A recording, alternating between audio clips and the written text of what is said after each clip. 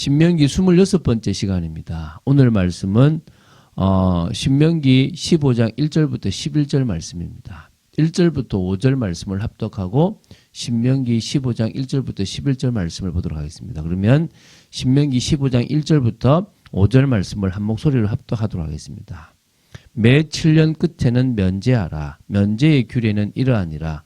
그의 이웃에게 구워준 모든 채주는 그것을 면제하고 그의 이웃에게나 그 형제에게 독촉하지 말지니 이는 여호와를 위하여 면제를 선포하였습니다. 이방인에게는 내가 독촉하려니와 내 형제에게 구워준 것은 내 손에서 면제하라. 내가 만일 내 하나님 여호와의 말씀만 듣고 내가 오늘 내게 내라는 그 명령을 다 지켜 행하면 내 하나님 여호와께서 내게 기업으로 주신 땅에서 내가 반드시 복을 받으리니 너희 중에 가난한 자가 없으리라. 아멘. 우리 중에 가난한 자가 없을 수도 있답니다. 그건 맞는 것 같아요. 말씀에 순종하는 온유한 자는 땅을 기업으로 받고 또 하나님의 인도 속에 있으니까 형통해지는 것이 맞겠죠. 그렇죠? 자, 신명기 15장은 이제 15장 들어왔는데 세 단락으로 이어져 있습니다. 첫 번째 단락이 안식년 채무 면제 규례에 관한 어떤 내용입니다. 두 번째 단락은 매 7년에 시행되는 실시해야 될 히브리 종 해방 규례에 관한 내용입니다. 마지막 세 번째 단락은 초태생 헌물 규례에 관한 내용입니다. 오늘 이제 1장 15장 1절부터 11절까지 요걸 보고요. 내일 이제 두 개 단락 그 바로 뒤에 이어서 15장을 다 보도록 하겠습니다. 오늘 보게 될 신명기 15장 1절부터 11절은 안식년 채무 면제 규례입니다. 매 7년마다 돌아오는 해를 안식년이라 그래요. 안식년은 쉬게 되거든요. 밭갈이를 하지 않는 거예요. 그러니까 6년은 밭갈이를 하면 7년째는 그 밭을 그 논을 이렇게 쉬게 해주는 거예요. 그래서 이때는요, 형제가 빚을 졌다면 그것을 면제해주고 안식년이 가까웠다고 하여 구워주는 일에 인색하지 말고 구제하는 일에 힘쓰라는 그런 내용입니다. 근데 이게 지금 착각하면 안 될 게 안식년 채무 면제 규례는 안식년이 돌아오면 모든 채무를 완전히 탕감해 주라는 그런 내용이 아닙니다. 그러면 어떤 일이 벌어지냐면 인간이 완악한 본성을 가지고 있잖아요. 그럼 이스라엘 사회에서는 돈을 빌려주는 그런 일이 없었을 거라는 거예요. 왜? 아니 빌려주면 6년만 버티고 7년째 되면 못 갚는데 내가 왜 이걸 빌려줘? 이렇게 될 거란 말입니다. 그것은 나중에 희년이라고 50년이 되었을 때 그렇게 하는 거고 다 돌려주는 거고 이 7년째는 그렇게 하진 않습니다. 그러면 무슨 말이냐? 이거는 그런 개념이 아니고 이 핵심은 안식년에는 채무자에게 빚 독촉을 하는 일을 금한다는 거예요. 그러니까 이 해만큼은 뭐 하지 말라고요? 이 7년째만큼은 야 돈 내놔라 돈 내놔 이런 이야기를 하지 말라는 거예요. 그냥 1년 동안을 놔두라는 거예요. 왜 그렇게 되었냐 그러면 이게 휴경제도잖아요. 다시 말하면 레위기 15장 2절부터 7절에 보면 6년간을 농사짓고 7년에는 쉬라는 거예요. 그러면은 그때는 누구도 땅을 경작할 수 없었던 거예요. 그럼 당연히 뭐가 없겠습니까? 소출이 없잖아요. 물론 그 전에 6년만 해도 7년째는 먹고 살 수 있게끔 해주신다는 것은 당연한 하나님의 그 경제 법칙이지만 그러나 그 해에는 내가 빚을 졌다면 누구한테 갚을 만한 능력이 되지 않는다는 거예요. 그래서 이 채권자가 채무자에게 빚을 독촉한다면 채무자는 심적 고통을 겪을 수밖에 없어요. 언제는요? 7년째는. 왜?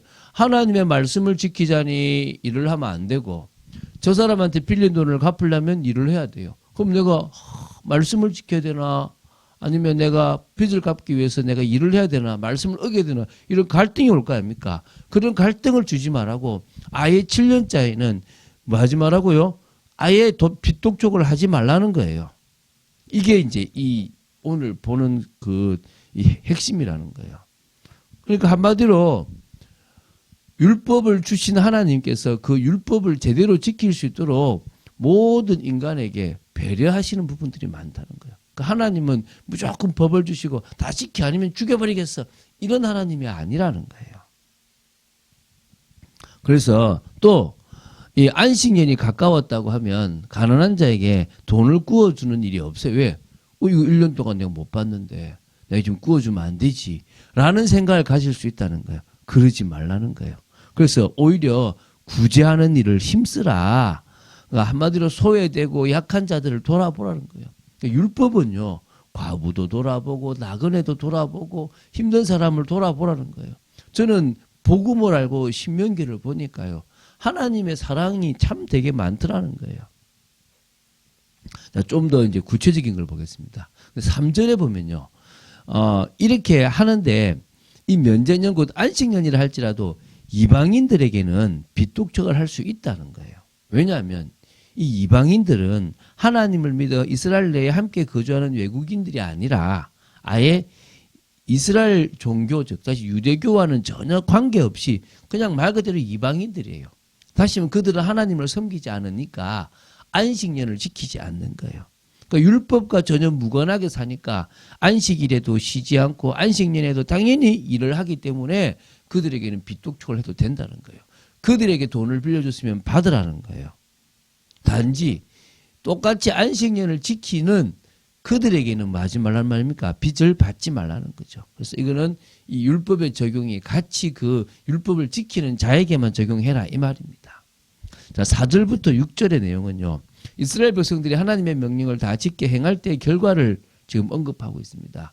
약속의 땅에서 복을 받게 되고 가난한 사람들이 그들 중에서 없게 될 거라는 거예요.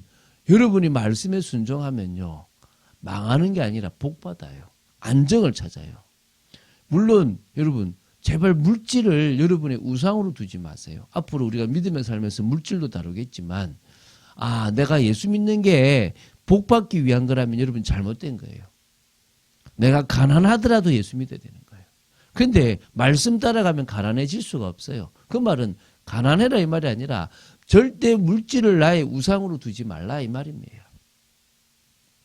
또 여러 나라에 구워줄지라도 꾸지 않고 여러 나라를 다스리게 된다는 거예요. 그러니까 하나님 말씀에 순종하면요. 강대국이 된다는 거예요. 이게 지금 하나님의 방법이에요. 그러니까 다시 말하면 국가와 사회의 안정과 번영의 초석이 바로 말씀에 순종하는 삶이라니까요. 자, 7절, 8절을 보면요.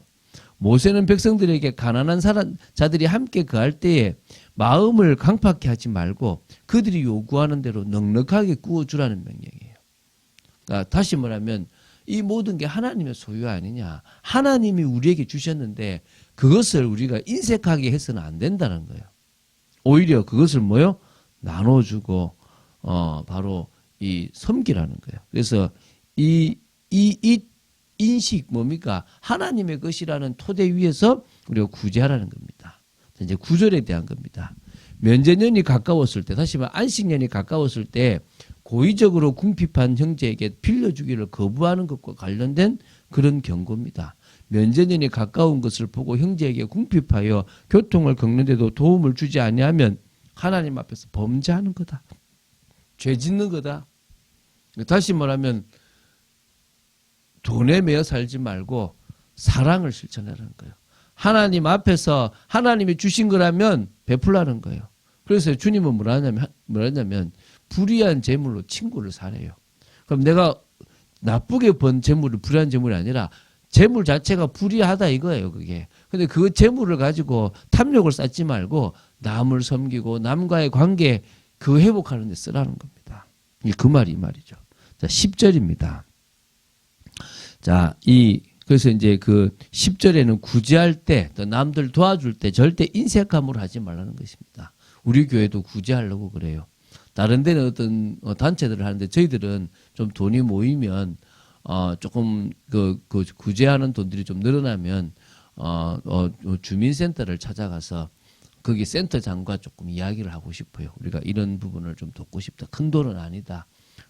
섬길 때 있으면 말씀하시면 섬기겠다. 우리가 작은 교회지만은 뭐 아무것도 바라는 것도 없고 그냥 실천을 하고 싶다라고 얘기를 하고 싶습니다. 그래서 구제할 때 절대 인색함으로 안 했으면 좋겠습니다. 11절에 보면 땅에는 언제든지 가난한 자가 그치지 아니할 것이다 라고 얘기해요.